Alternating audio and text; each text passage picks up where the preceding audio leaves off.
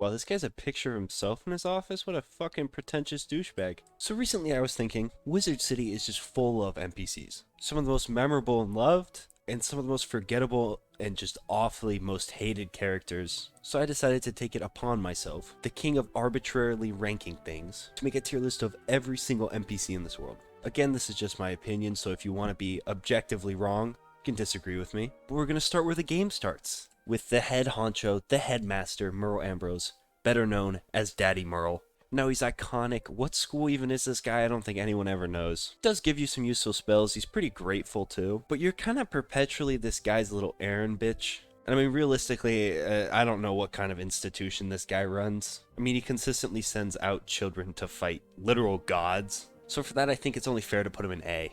But Gamma, on the other hand, he's iconic. He's wise. He's got jokes. Not to mention, dude always has your back. Easy S tier for Gamma. Now I'm gonna skip the NPCs that aren't super important. Now there are way too many NPCs that don't do anything to rank them all. So if I skip an NPC, it's just because they're not important and probably should just be an F tier because they add nothing to the game. Now onto the teachers. Dworgen. I think Dworgen's kind of a quirky, cool character, but he's kind of a dickhead. He helps Malistaire a lot, and he just never really has faith in you. So Dworgen's gonna have to go to C tier. Now Mortis the Death Tree, he's creepy. I don't like his eyes, they scare me. The other thing about Mortis is when you go fight Malistaire the Undying, he basically just says you're gonna die. It's just like, gee, thanks dude, D tier.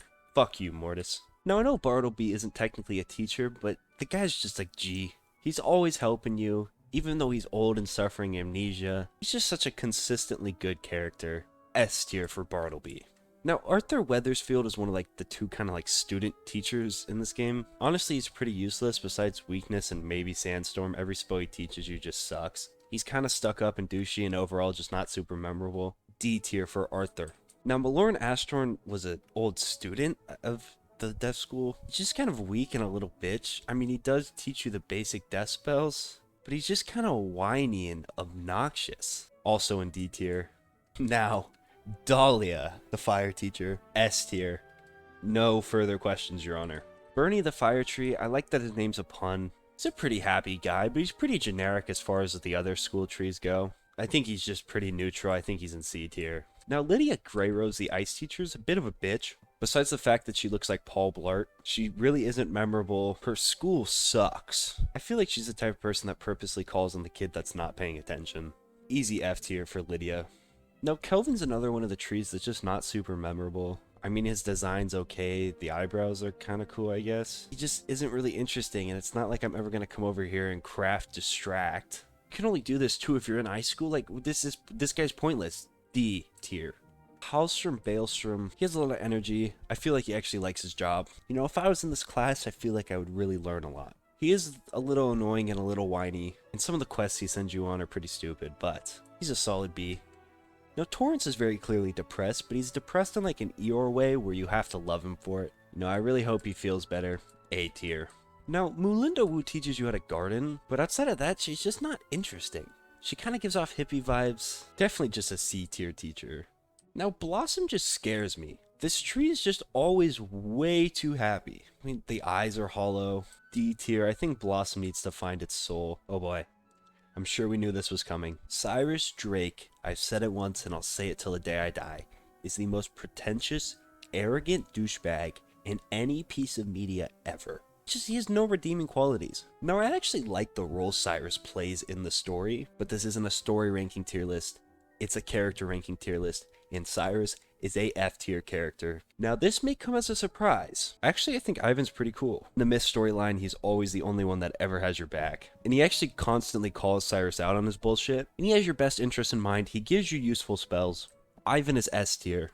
Now we're just moving on to general NPCs. Monstrologist Burke is completely useless. Monstrology is just such a waste of time. I wish they would have worked on just revamping worlds or whatnot instead of making Monstrology. I don't know anyone who's ever unironically used Monstrology. I mean, it's just a waste of time, F tier. Now, Agon Stats is the guy who does the daily assignments. I like the idea of daily assignments, I just think the way they are right now is not good. The amount of time you have to put in just isn't worth the rewards. But Agon Stats is a pretty cool character. I'll throw him in B because I kind of like the idea of him.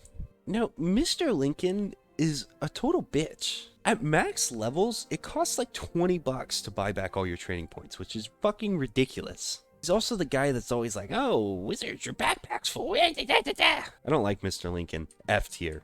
Now, Annie Shutterbug is kind of the same thing as the Monstrology problem. I guess screenshots aren't quite as useless as Monstrology, but I just think they wasted so much time on this stuff. It's just not useful in any way.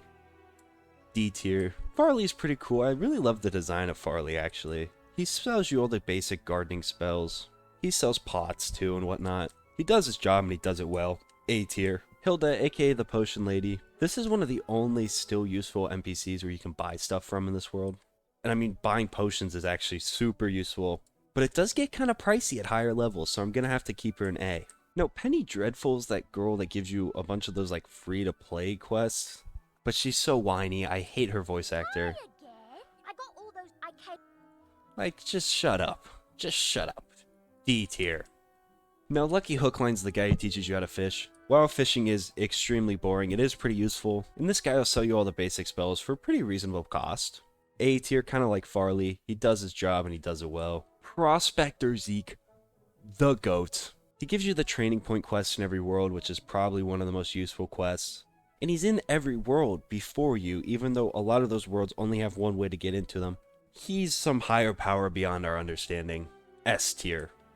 Eloise Merriweather, not a super detailed character, but she does do the stitching, which is really cool.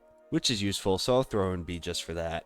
Now, Harold Argelstrom's the librarian. He sells a bunch of really basic treasure cards. And he's cool. He's another character that just always has the wizard's back. He is still pretty indifferent to you, so I'll keep him in B. Now, Clortho's the flying monkey dragon whatever mix. I fucking hate this guy. Any quest related to this guy is stupid. Easy F tier. Now, in the Pet Pavilion, Milo Barker's here. I absolutely love this design. It's probably one of my favorite in the entire game. But he's just such an underutilized character. I think you can only ever talk to him once, and it's in the quest to get into this place, and besides that, he just stands here. He's just so underutilized. So for that, he's in C. Now, Dr. Peru freaks me out. His name's a pun, but the idea that, like, this goblin and this pig can make a baby is just so unsettling to me. I don't ever want to know what kind of scientific experiments this guy has done to do that kind of... It's just... blood, F. Now, everyone seems to love Diego for some reason, which is weird. Loki gives off rapey vibes. He has the most broken PvP in any game I've ever seen. Back when this guy used to make the decisions for PvP, he would consistently make the most dog shit, just abrasive decisions. I don't see how you could put Diego anywhere else but F. Now, Private Connolly is one of the most iconic of all the guards, but this ranking's just gonna go to all the guards in general. I think they're all just B tier. I like their design. None of them have super good personalities, but they play a pretty decent role in moving the story forward. Now, Saren Nightchant is just obnoxious. He is super iconic though, and for that I'll keep him in C. Lady Oriole, I love this design. She gives you Pixie. You know, she's looking out for you. She wants the best for Unicorn Way. But I don't know, I feel like they could have done more with her. Just another really undeveloped character. But I think she still deserves a spot in A tier. Alright, now this part is going to lead me into this mini rant, right? The shopping district is brutally underutilized. You want anything... Okay, you have this super cool area with all these unique shops. Okay, and realistically, someone might come here to change the color of their waterworks gear every once in a while. But literally none of these other shops are utilized for fucking anything. I mean, realistically, besides after the first 5 minutes of playing this game, who is going to walk into this hat shop and buy... when the best hat they offer is the khaki cap? For 400 gold, you get 3 base balance resistance. Like, would it kill you to update these shops a little bit? I mean, put some competitively viable gear in here? I don't know. I mean, you don't have to put the best gear in the game in there. But what if, like, bizarre gear sorted into these shops? So if you wanted a hat, you could go check the hat shop. I don't know. All these shops are just so fucking pointless. This entire area is just run through to get to the bazaar nowadays. The only person that owns a shop that I'm going to rank is Catherine Rockhammer. She's the annoying badger that pops up when your jewel pouch is full. I mean, but she's kind of looking out for you at the end of the day, so I'll put her in C tier. Now, Alex Silverfist, aka the Bazaar Guy. I mean, the bazaar is just the best shop. Anything you could ever need is here. For the first 50 levels, the majority of the gear you're going to get from here. It's a great way to make gold. Farming treasure cards to craft spells here. I mean, sure, it's a flawed system in a lot of ways, with bots and whatever else. But overall, Alex Silverfist runs the only shop in the Spiral that's actually consistently used. And for that, I'm going to have to put him in S. Now, Derek Blaze is the guy who runs like the team-up kiosk. He runs it like a cult, and this is just kind of a flawed system that no one uses. I think anyone who's ever actually played this game could design this way better. So I'm going to put him in F. Fuck this guy. Fuck this guy. She's actually pretty cool. And especially fuck Nolan Stormgate. This guy makes you do a bunch of work for him, takes all the credit. F tier for all of them. Susie and Arthur Grithobane. They're both little pussies you have to rescue because they get captured. D tier, just get better at the game. Duncan Grimwater. I just listen to how this guy's voice acting. Go back to investigating what brought me here in the first place. How about you investigate how to get some bitches, Duncan? F tier. That's it. That's the video. Happy New Year's to everyone. And thank you for 400 subscribers. If you enjoyed these videos, take a lot of time, so I'd appreciate if you like and subscribe. Any comment's always a good comment. This video is a little different, so let me know if you like it.